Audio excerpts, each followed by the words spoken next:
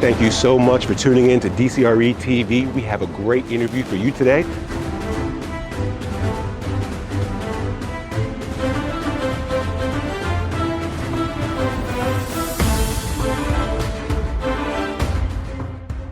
Randal, thank you so much for joining me here today, taking time out of your busy schedule. I know you got a lot of important calls coming up, but no, I've always, and I thought about this last night, I've always wanted to get your story on camera, just get you in general on camera.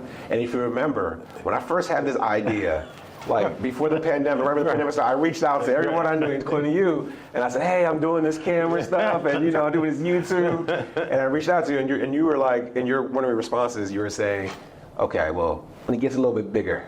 No, I don't remember that part. I don't remember that part. Honestly, I don't even recall. You said it respectfully, though.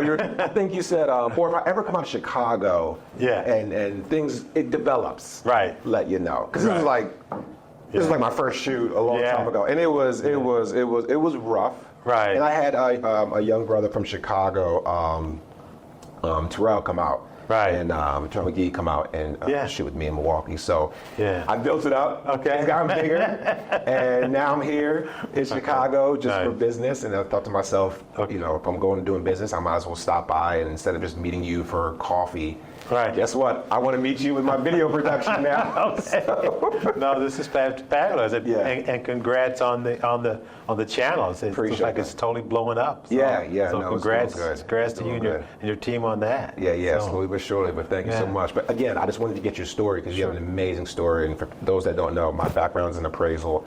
I met you when I was at CBRE at African American ERG in Dallas, and you were an appraiser, so obviously we connected. Right. And I got to know a little bit about your story, and I was like, man, that's an amazing story. And usually if there's somebody like yourself at such a high ranking in the appraisal industry, there's got to be a great story behind that, man. It's like, it just doesn't happen. So I get a chance, I'm lucky to get the opportunity to interview unicorns like yourself. Respectfully speaking. So if you don't mind just going ahead and introducing yourself to the rest of the world, we can go ahead and start this interview. Sure. So my name is Randal Dawson. I'm Executive Vice President with CBRE, based in Chicago. I co-lead the litigation practice in the United States and also lead the consulting practice in the Midwest region. Awesome. So then, that's where you're at now. Now let's go all the way back to the beginning. Okay. So, how did this all start? And what I like to call this part of the interview, the beginning, is the roots. Okay. So you can go as far back as the motherland. You can go to the South. You can go to Kansas. Where do you want to start at? Right. Well, so let's go to Kansas. Okay. Cool. So my father was a real estate broker. Okay. But he also did appraisals. Right.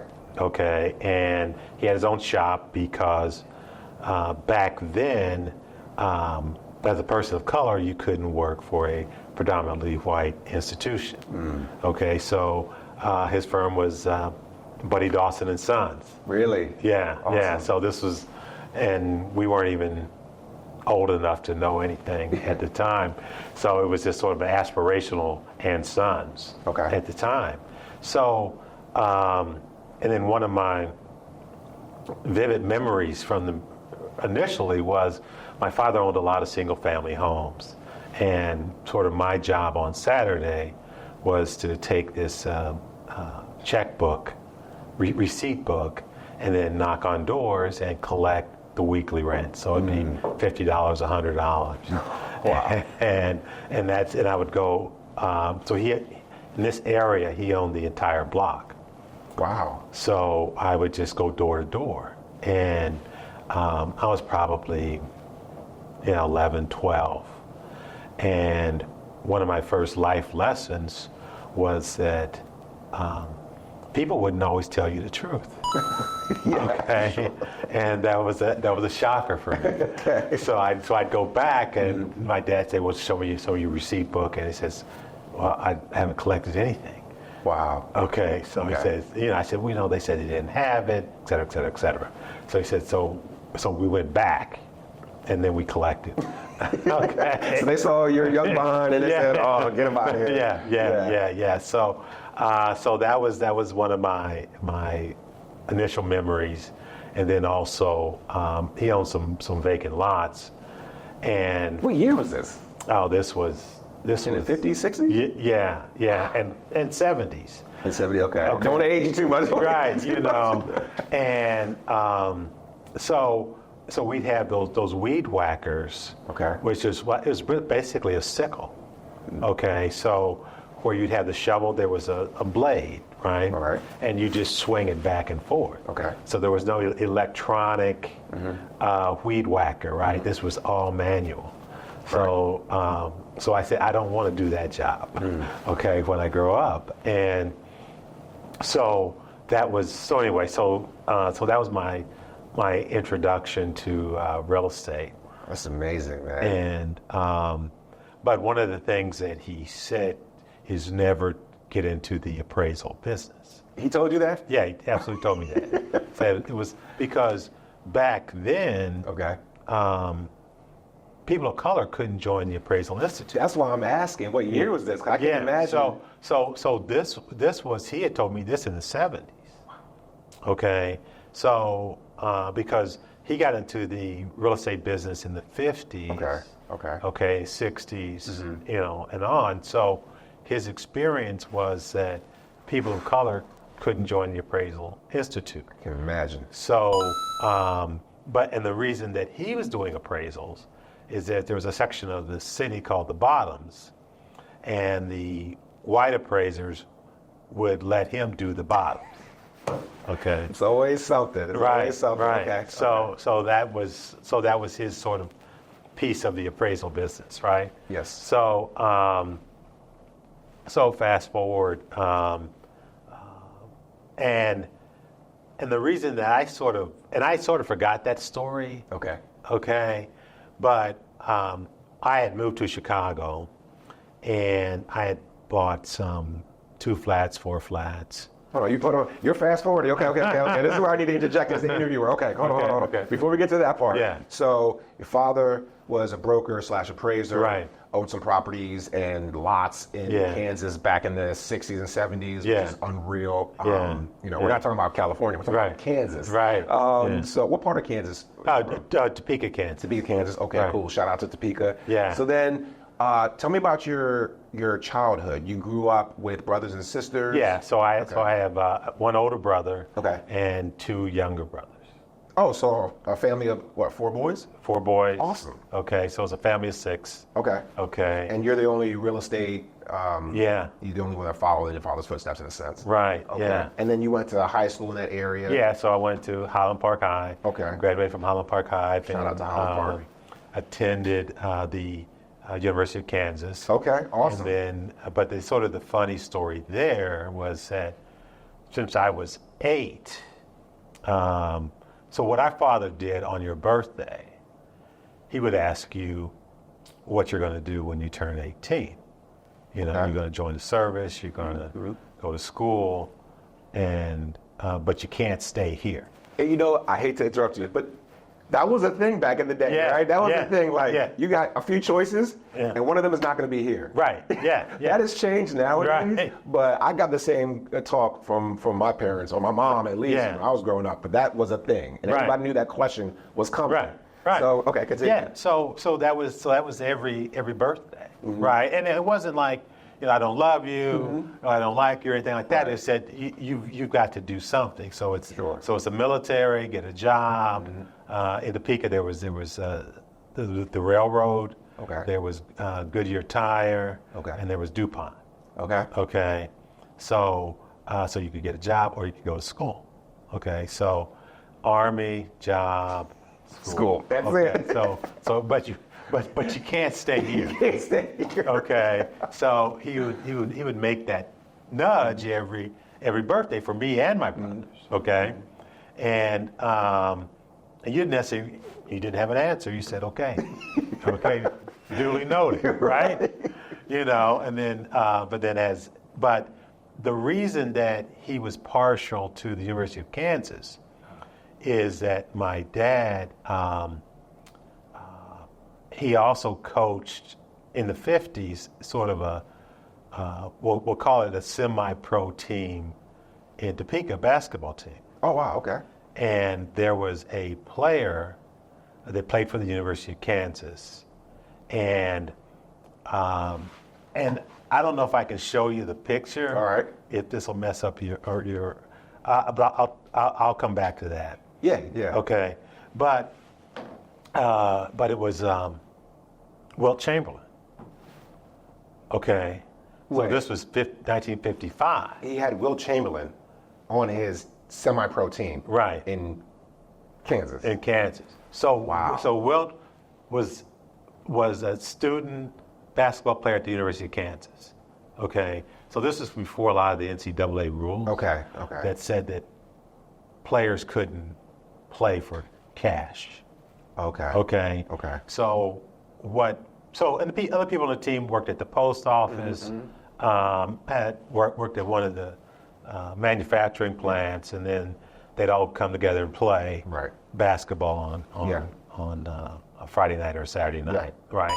And then the players, the coaches, and the refs would all split the gate, because if you remember back so this was before I was born, but this was Jim Crow, right? Yeah.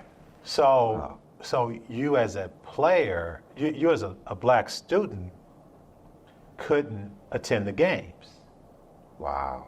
Okay, so for black people to see Wilt, it was at this semi-pro game, right? Wow. So a typical scenario would be Wilt would play for the play for my dad's team on Friday.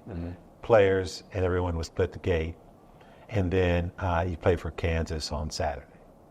That's crazy. Okay, It's an amazing story. so and then the black students couldn't live on campus, so they all lived off campus in the same housing. Okay, so that's a totally different dynamic than the players today living on campus, being treated like kings and queens.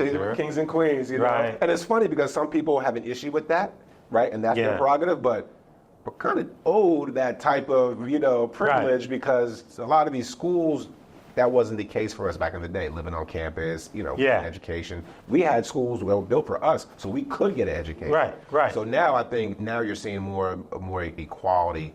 And that's because the money is so big nowadays. Right. You have no choice. Then it's kind of just leapfrogged over the NCAA and started the NIL. And whether you like it or not, I feel like these athletes, these students, Absolutely. in particular the black community, Right. This is old. This is old. Right. You're mad about a couple million. This is old, man. Oh, yeah. This is Yeah. old. So I'm glad that students are getting the money that they have nowadays. And Wilt Chamberlain, I'm from Philadelphia. Will's from Philly, so that really resonates with me. Right. So amazing story. Yeah. So there wasn't the training tables and all of that there are today.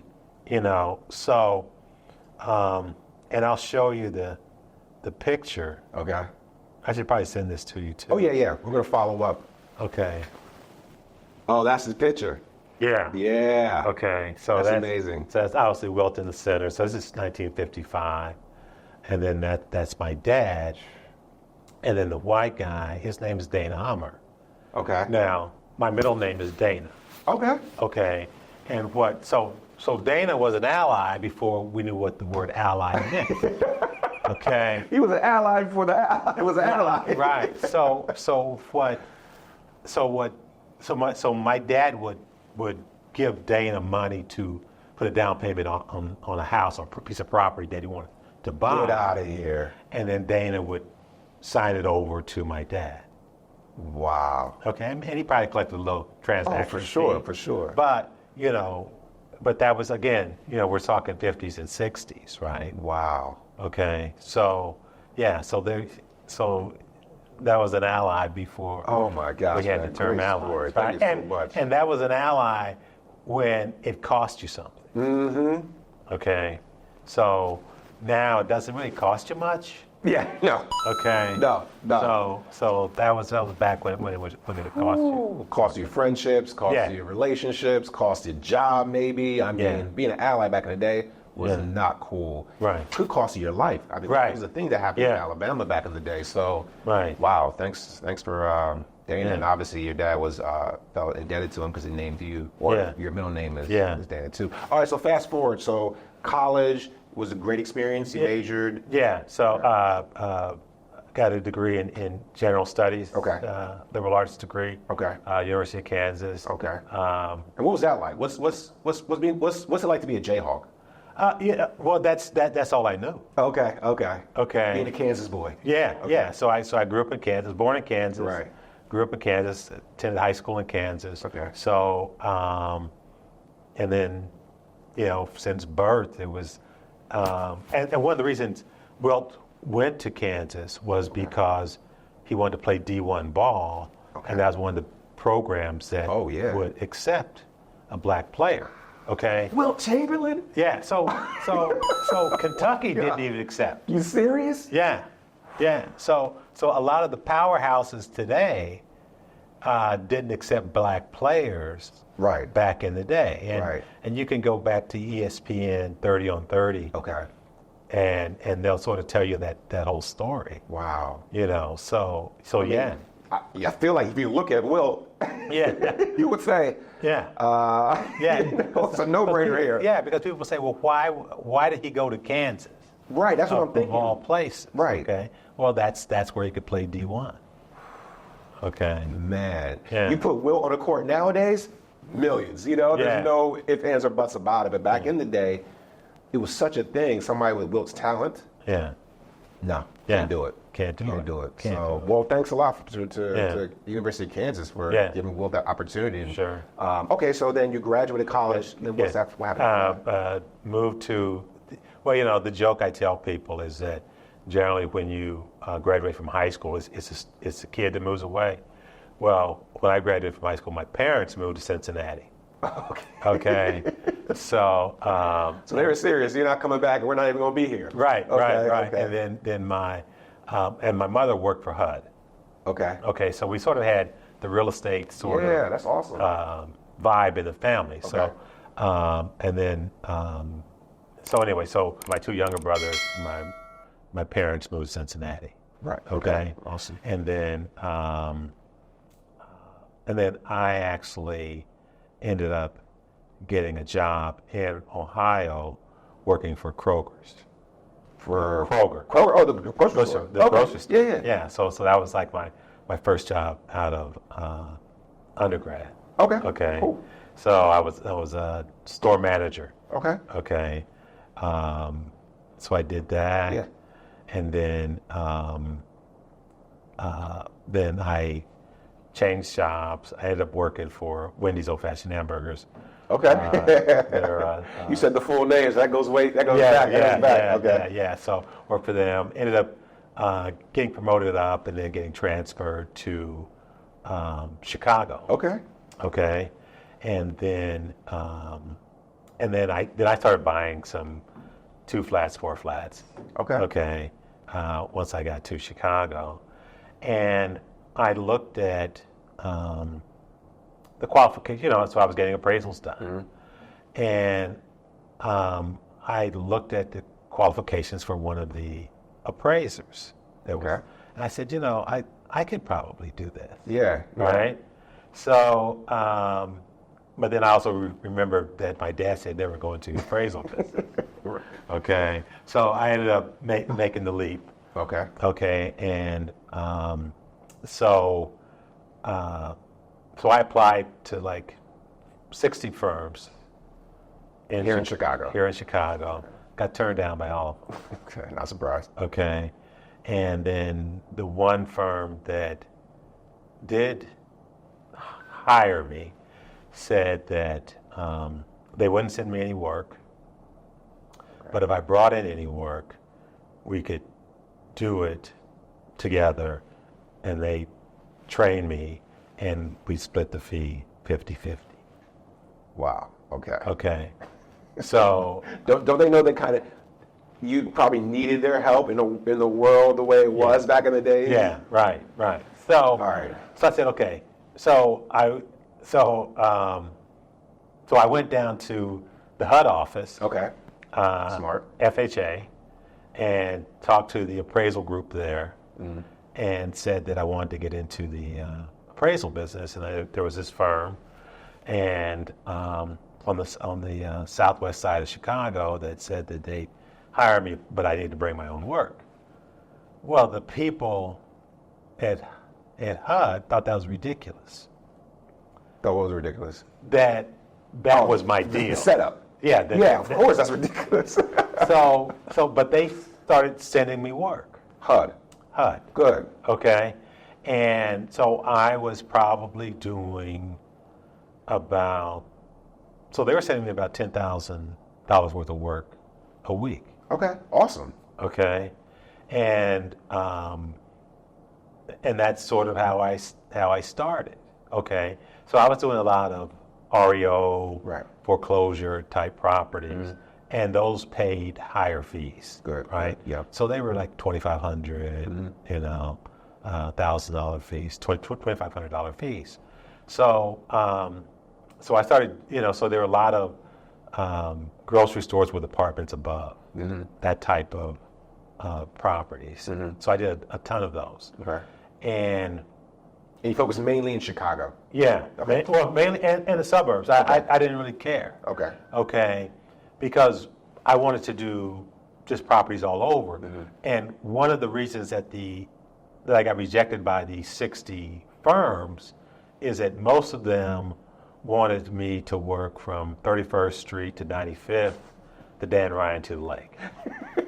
I wonder why. And I said, well, I'm not from there, okay? And I haven't even been in town that long, so you guys probably know more about it than me. Right. Okay? Well, they took exception to that. Okay. Okay, so anyway, so I started working for this firm on the southwest side of Chicago, and things were going along well. And then after about 6 months, the owner of the firm called me to his office and said, there's something wrong with the accounting on the jobs that you've done. And I said, well, what do you mean? He says, well, you've been getting 50% of the fee. Okay. And no one in the firm gets more than 40%. But I said, well, I'm bringing in all of my work. Right.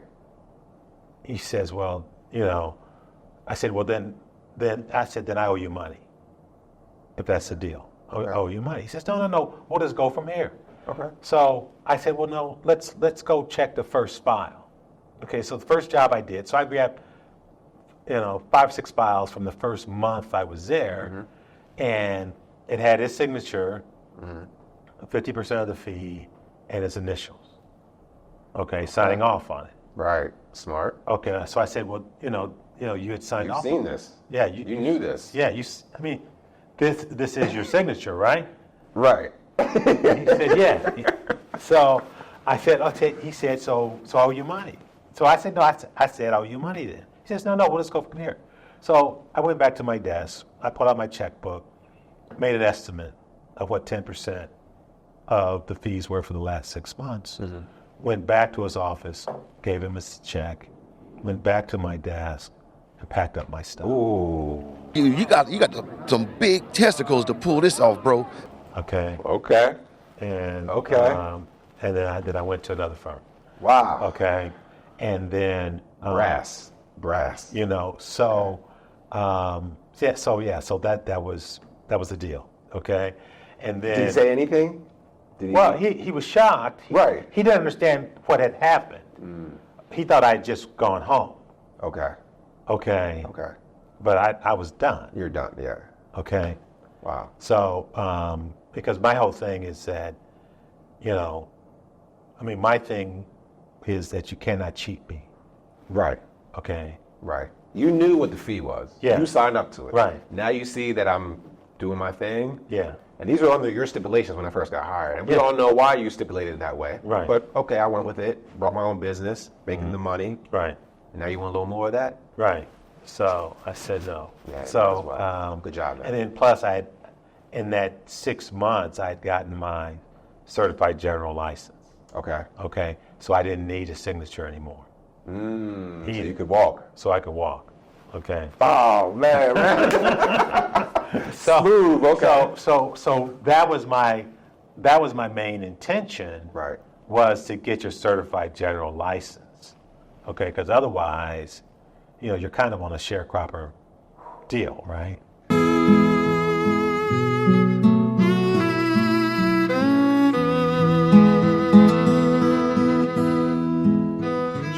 proper deal, Randall. You need to coin that. So anyway, so I went to the firm and continued to do my thing. And then in the interim, I had applied to the big firms, right? So I had applied to Cushman and Wakefield. Okay. And so Cushman and Wakefield turned me down. Some of the other firms had turned me down. So I initially got turned down by Cushman and Wakefield 3 times. Wow. And so they initially hired me. So then they eventually hired me. They eventually hired you, okay. So they eventually hired me. And I became one of the top producers at Cushman and Wakefield and in the Midwest region. I had initially been turned down by CB 3 times too. Okay, so you see a pattern. Yeah. Okay. And so they eventually hired me, and then I became one of the top producers at CB. And that's sort of been my career. But one of the thankful things was that going back to the original firm that I had worked for was that I always developed my own business. Okay, which is different than probably 99% of the appraisers in the field. Was that so? I always was. It was going to be a component of what I did was to create a pipeline and qualify the pipeline.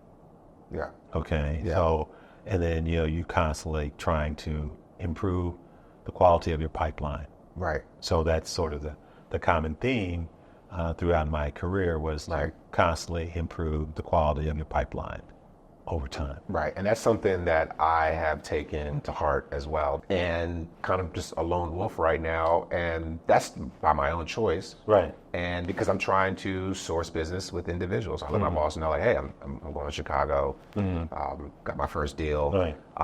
And I just need people to meet me on my own. Right, right. And, we getting deep. And I feel like my bosses don't understand that. Mm-hmm. They want to come with me, or they want I introduce you to this person, and I know they can. And we should make these visits as robust and these meetings pack as many as you can. And I'll get there. I don't have that many connections, but I feel as a black man, people need to receive me as myself first. You know, and that's what I'm doing here in Chicago. I got a meeting this afternoon, then I got meetings tomorrow, and I prefer to do that. Now, others like to go in packs, and that's fine. And sometimes I go in the pack with them. Right. But I'm in a little bit of a different world. And I don't want anyone or anything or anyone to say, oh, he got that because of this introduction, or I put these at, or could he do this? And that's kind of the scrutiny that we live in. And some people don't understand that, even though they're allies. And they go, oh, no, I'll give you all give you my Rolodex. And I will call for it one day, and I will use it. But you got to understand, starting my career, I need these companies to meet me just one-on-one, solo. After we've done this a few times, then we can start powwowing and going in packs. But it's very important as a black man in my career for me to establish that. Right. So I totally get what you're saying. Right. We just have a different mindset, and we know that strategy needs to be implemented from day one. Right, right. I don't want to be seeing anybody's tag along. When I come into the office, you're meeting me, you're shaking my hand, here's my business card, let's talk. I know the market, I know the deal in and out. And then when I leave, you're comfortable. You know what? I'm going to give Niles a call. Not my boss. Right. Right. Not this senior guy I'm working with. Right. You need to give me a call because I have that luxury. But I'm not trying to take away from your interview, but No. I totally get you, dude. That's a thing. People don't understand that. That's a thing. Well, and the thing is to do both, right? Yes. Right. So you're on a platform. So you leverage the platform. Right. Okay. But then you also leverage your brand. Right. As part of the platform. Right. Okay. And you do both. I mean, it's sort of like, I saw an interview with one of the PGA golfers. Okay. So, part of his platform is the PGA, but then also the second part is leveraging his brand within the PGA. Okay. So all of us need to leverage the platform that we're on, and then leverage our brand to sort of amplify above the platform, Right, or alongside the platform. right, Because both can happen. Hey, thank you so much for tuning in. We have a brief announcement giving you, the viewers, an opportunity to support this program. If you've enjoyed this type of content, which highlights the achievements of a diverse set of professionals, you can support by clicking on one of the payment app links in the description below. I'm a Black man with a plan who teamed up with another skilled brother, and we've decided that there's not enough stories being shared of successful and progressive and diverse individuals. For instance, if you haven't caught on already, I'm from Philly, and if you're from Philly too, see if you can answer these 3 questions. Who was the most popular Black actor from Philly? Okay, who is the most successful and well-known rapper to recently come out of the city of Philadelphia? Last one. Who is the most famous and highest paid comedian to come out of Philly? Now, you didn't even have to be from the city of brotherly love to know the answer to those questions, because anyone that's been paying attention to the American culture for the past decade knows who these fine gentlemen are. And it's a testament to the talent in the city I call home. Now, look, I'm not trying to name drop, although I just did, but it helps provide context for the next set of questions. Check this out. Can you name one minority individual from the city of Philadelphia who has served or currently serving as a chairman or CEO of a Fortune 500 company? Who is the most successful minority banker, venture capitalist, and or entrepreneur to come out of Philly? Currently, who is considered one of the most distinguished minority educators, lawyers, accountants, doctors, or my personal favorite, commercial real estate developer in the city of Philadelphia? Don't know? Well, I don't know either, but I'm on a mission to find these individuals, interview them, and ensure that we all know who's who going forward.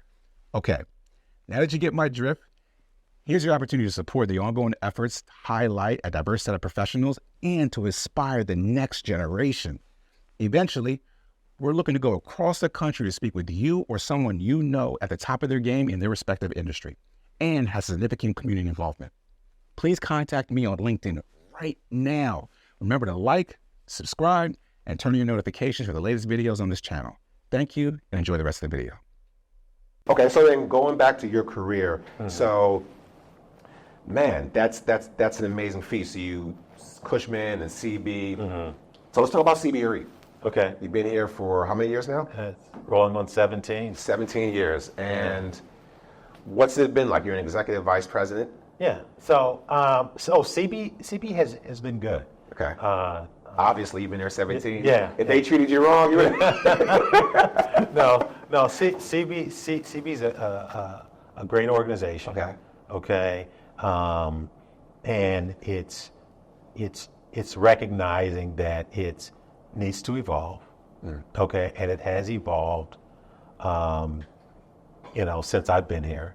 And one of my tenets is that no idea is a good idea forever. Okay. So CB year 1 is different than CB year 5.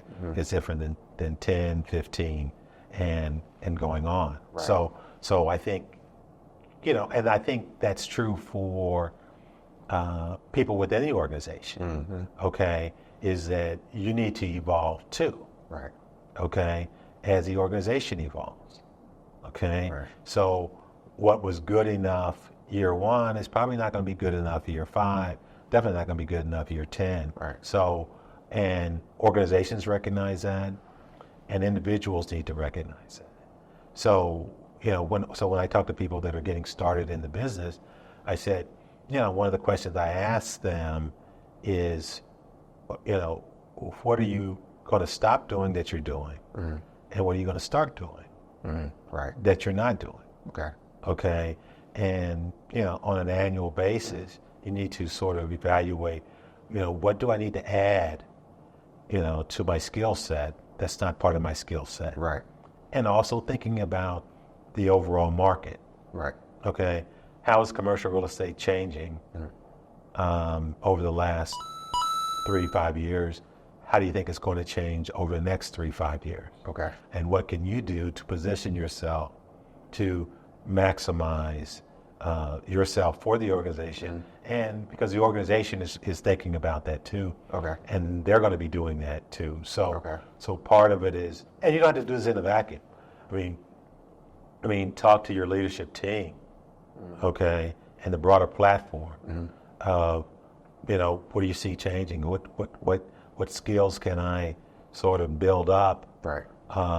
over the next 12 months Right. to make myself more valuable Right. to the organization and to the industry Right. at large. Okay, so outside of CBRE, let's go to Appraisal Institute, and Okay. appraisal industry just in general. Okay. You've been in the game for a while. How many Black or African American appraisers are there? You don't have to give me a concrete number, but let's give it a roundabout estimate, like 2% of the industry is maybe African American? Well, I saw a statistic, and it said that blacks in the commercial, appraisers in the commercial real estate industry are less than 1%. Okay. Yeah. So, and I think the stat they use is that there are fewer black commercial appraisers than there are farmers. Okay. So That's a good stat. okay. So Things that make you go, So there, are, percentage-wise, there are more partners in majority white law firms, accounting firms, consulting firms. Right. Okay, so there's very few. So your majority Black partners, Yeah, okay, at these traditional professional service companies. right. Okay. There's more Black partners at those industries than there are just appraisers in the industry, not even partners. We're talking about just active participants. Exactly. Wow, man. Yeah. That is Yeah. crazy. And why do you think there's so, I mean, I know we kind of all can assume why, but I would love to hear your take on why so little Well, I think for so long. yeah, I think that it's sort of a stealth industry. For sure. Okay, so Sure. if you don't know someone in the industry, it's hard to hear about it. Right. So I think that's the one challenge. Okay. I think that the people that use appraisal services, they need to say, when you're pitching me for business, Yes. okay, well, just say I would like to use firms that reflect my employee base and my customer base. And the communities that you're working in. Yes. Yeah, and the communities, right? Right. Okay, so, and I did a panel discussion for the Federal Reserve, Right. I remember. and one of the questions they asked was, well, what can we do to increase diversity in the appraisal industry? I said, start with your appraisal departments and your banks. Okay, look at the diversity of those groups. Right. Okay, and increase the diversity of those groups. Lead the way. Okay, because appraisal, like the commercial real estate business in general, is sort of the buddy business, all right? So people help people they know. They don't help people that they don't know. Right. Okay. Right. Friends and family for sure. Yeah. So start there. Yeah. Yeah. And that's one of the reasons why I wanted to have you, because, dude, I don't know. Is there another you at any other brokerage firm? I don't know of anyone. I don't want to call names. Okay. But I don't know of anyone that has a similar position to me at any of the other major. At the major brokerage shops, that's the difference. There are some guys doing solo things. They have Right. their own shop, and congratulations to them. Right. But not many that are in your position at such a high level. It's such a prestigious firm like CBRE, one of the Right. biggest and baddest in the industry. Right. So,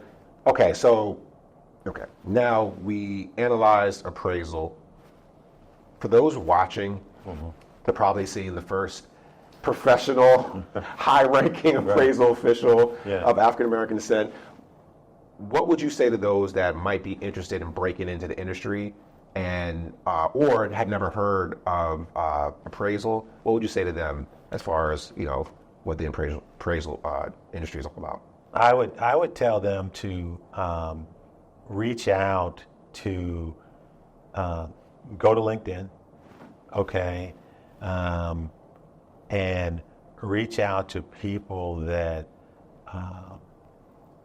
that are in the appraisal industry that attended your alma mater. Okay. There you go. Okay, and use and leverage that network. Okay, and say, hey, I'd like to talk to you about the appraisal industry. Yeah. Okay. Yeah. And how can I get an interview? Yes. Okay. That is. So that was because I think people need to leverage their networks. Okay, and especially from their alma mater. Oh my gosh. Okay. Yes. Because if you can't connect with someone on just a cultural basis or just familial basis, Yeah. those almas, Right. that alma mater, Right. runs deep in some people's veins.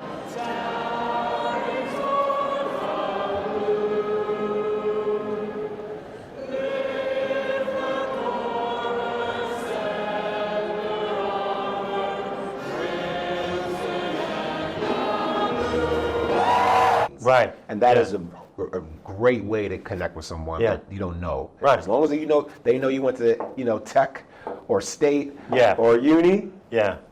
Yeah. Okay, they'll have a conversation Right. with you and give you a good look. So that's amazing. Thank Yeah. you so much for Yeah. that. Yeah. And then the second, if they're not in the appraisal business, but they're going to be in the commercial real estate business, because I think just about every school has somebody. Right. Okay. For sure. Connect with those people. Yeah. Okay. Yeah. And then I think the second thing that I would do is contact the Appraisal Institute. Okay, in whatever community that you're in, because there are job boards at every chapter. Okay, and people are always looking for people. Right.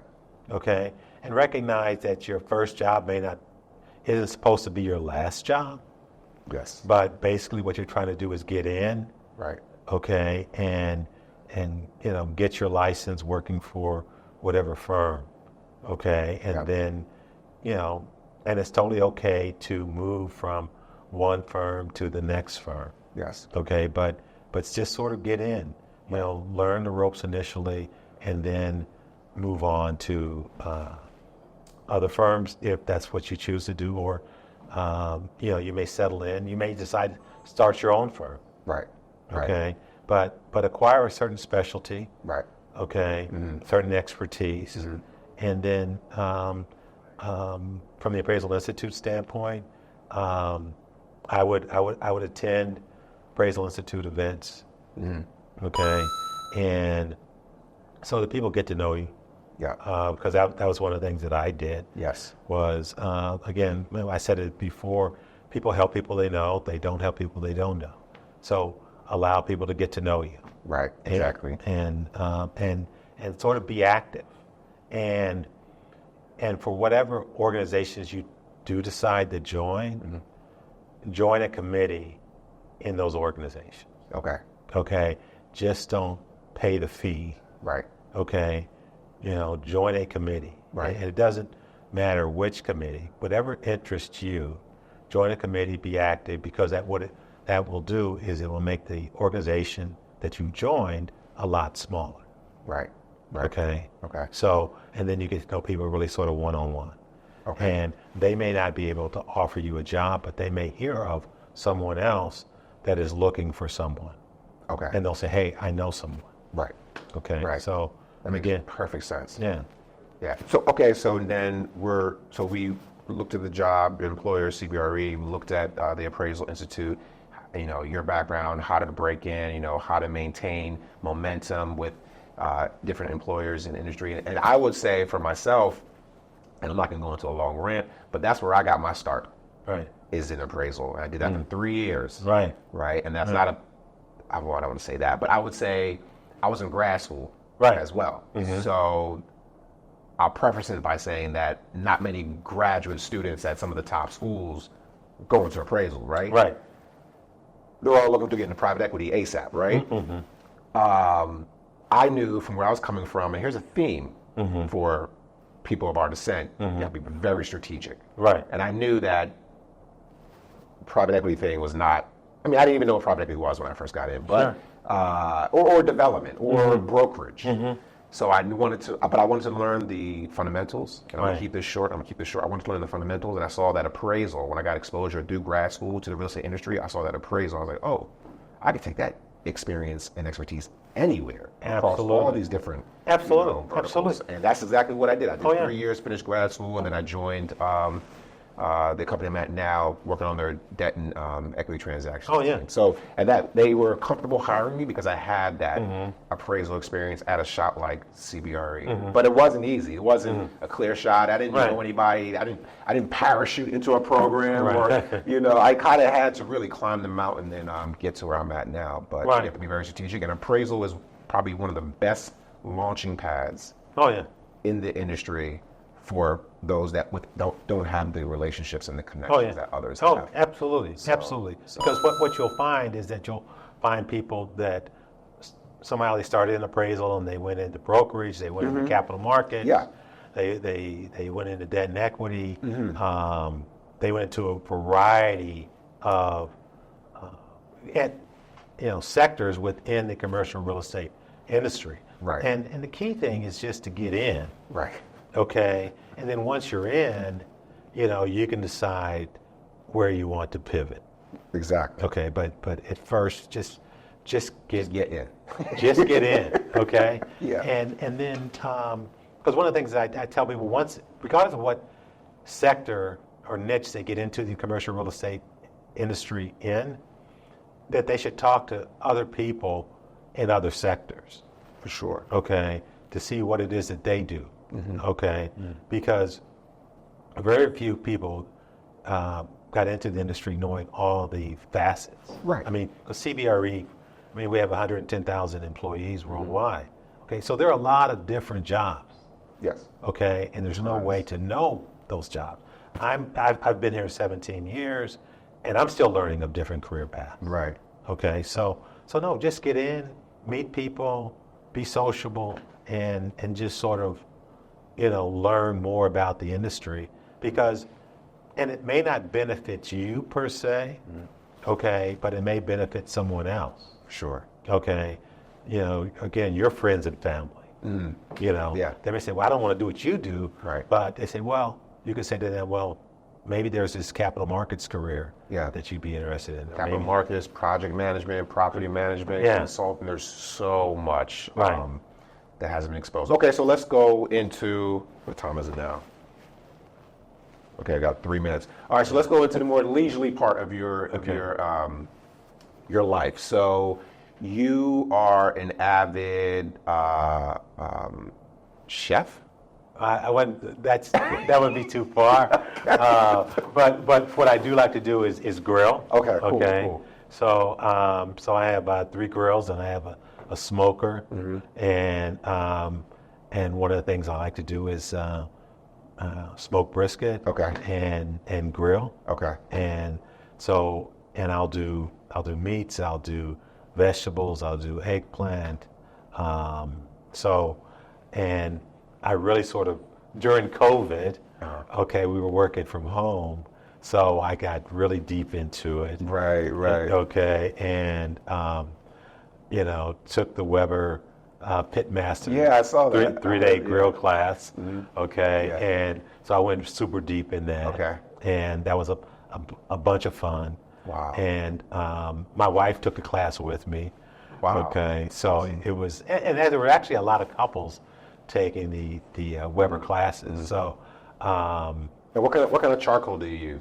so I use Jealous Devil. Okay, Jealous Devil. Okay, so it's a hardwood Okay. charcoal, and I would recommend anyone that's serious about grilling to use hardwood charcoal, and not something that we all grew up on. Okay. Okay. Not to throw out any names, but yeah, and that's what I use. Right. And And just for the audience's information, we tried to get to your house to get some of that footage of you doing your thing on the grill, but unfortunately, you're currently renovating Yes. some parts of your house, and Right. we're going to get there Right, to do yeah, that this yeah. weekend. But, Next time. Next time. time.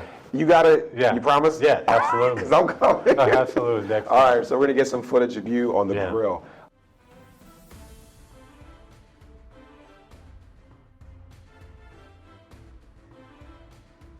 So let's talk about I got some rapid fire questions Okay. for you before we wrap up.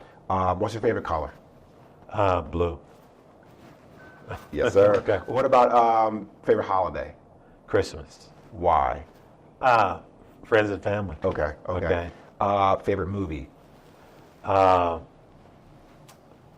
The Usual Suspects. The Usual Suspects. Okay. Okay. Gotcha. Who's a major actor in that? Kevin Spacey. Okay. Kevin Spacey. All right. Yeah. He's a classic. Yeah. What's your favorite song? Do you have like an anthem or just a chill song that you like to listen Fight to? the Power. Oh! We're going to put a big graphic of the Public Enemy when that pops up, man. Fight the Power. And your favorite sports team? You're from Kansas, but are you like a Chicago guy now? What's your favorite sports team?